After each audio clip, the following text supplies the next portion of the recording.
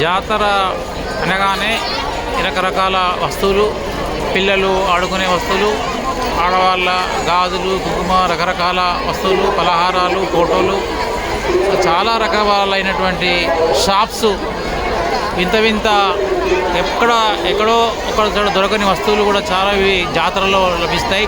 ఇలాంటి అనేక వస్తువులు, పిల్లలు ఆడుకోవడానికి ఉపయోగపడేటువంటి బొమ్మలు, బెలూన్లు, చిన్న చిన్న కార్లు లాంటివి చాలా ఉన్నాయి.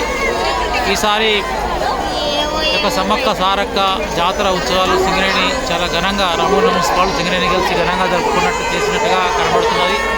చాలా అందంగా అలంకరించారు. జాతర స్థలం అంతా కూడా కోలాహలంగా ఉంది. విపరీతమైనటువంటి రద్దీ, పిల్లలు పెద్దలు అందరూ కూడా నుదుటికి సమ్మక్క సారక్క బొట్టును ధరించారు. అందరూ రాస్తున్నారు.